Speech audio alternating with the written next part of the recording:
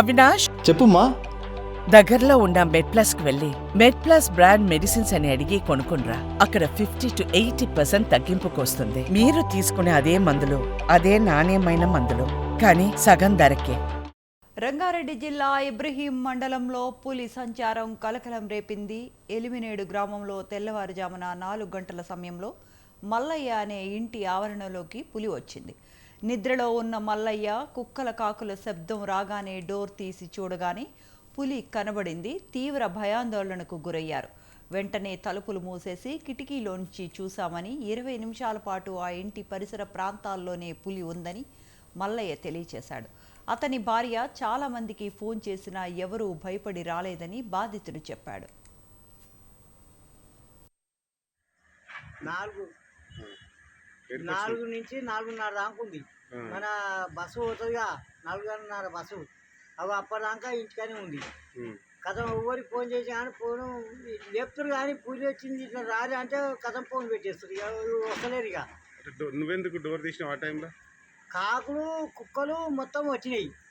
వచ్చి ఇంటి చుట్టూ మొత్తం కాకులు తగ్గినాయి, కుక్కలు ఒకటే మురుగుతున్నాయి. ఏందమ్మా ఎన్నలేదు మా ఇంటి కాకులు వస్తున్నాయి, కుక్కలు ఇట్లా వస్తున్నాయి అని చెప్పి ఇట్లా డోర్ తీసిన ఊరికొస్తుంది.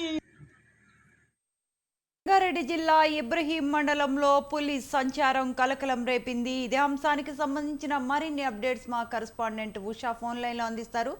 Usha, good morning. Good morning శాంతి.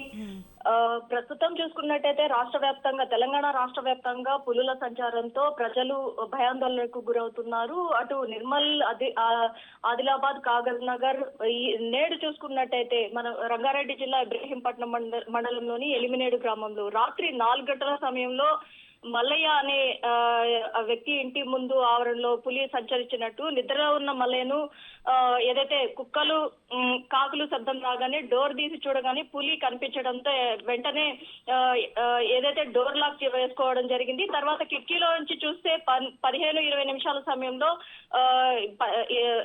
ఇంటి పరిసర ప్రాంతాల్లోని పులి ఉందని భయాందోళనకు గురయ్యాడు. అతని భార్య ఎవరైతే మల్లయ్య భార్య ఎవరైతే ఉందో ఆమె అందరికీ కూడా సమాచారం అందించింది. ఎవరు కూడా ఫోన్ ద్వారా సమాచారం అందించినప్పటికీ ఎవరు కూడా స్పందించలేదు. మొత్తం మీద చూసుకున్నట్టయితే అడవుల్లో సంచరించేటటువంటి ఏదైతే పులులు, ఇలాంటి ఏదైతే ప్రజల ప్రాణాలతో చెలగాటమాడేటటువంటి మృగాలు ఏవైతే ఉన్నాయో అవి జనజీవన స్రవంతిలోకి రావడంతో ఈ ప్రజలు మొత్తం కూడా భయాందోళనకు గురవుతున్నారు. మొత్తం ఈ ఘటనలో ఫారెస్ట్ సిబ్బంది కావచ్చు, అలాగే ఈ డిపార్ట్మెంట్ ఏదైతే ఉంటుందో ఫారెస్ట్ కి సంబంధించినటువంటి డిపార్ట్మెంట్ కావచ్చు, ఎవరు కూడా వెంటనే అప్రమత్తం అవ్వడం లేదు అన్న వర్షన్ కూడా వినిపిస్తుంది ప్రజల ద్వారా. ఏదైతే ఫారెస్ట్ డిపార్ట్మెంట్ కూడా అక్కడ అడవుల్లో ఉన్నటువంటి వన్యమృగాల్ని సంరక్షించే దానిలో కూడా వారి పాత్ర కూడా వారు వహిస్తున్నటువంటి విధులు కూడా అంత సక్రమంగా లేవు అన్న కోణంలో ప్రజలు కూడా వాపోతున్నారు. ప్రస్తుతం జనజీవన స్రవంతిలోకి వస్తున్నటువంటి ఈ వన్యమృగాలు ఏవైతే ఉన్నాయో ఈ మొత్తం కూడా ప్రజల జీవితాలను, ప్రజల్ని ఇబ్బంది పెట్టేలాగా ఉన్నట్టు, అదే ప్రజల ప్రాణాలతో కూడా చెలగాటమాడుతున్నాయి. దీని మీద ఏదైతే ఫారెస్ట్ డిపార్ట్మెంట్ కావచ్చు, అలాగే లోకల్ పోలీసులు కావచ్చు, ఎవరు కూడా వెంటనే స్పందించడం లేదు.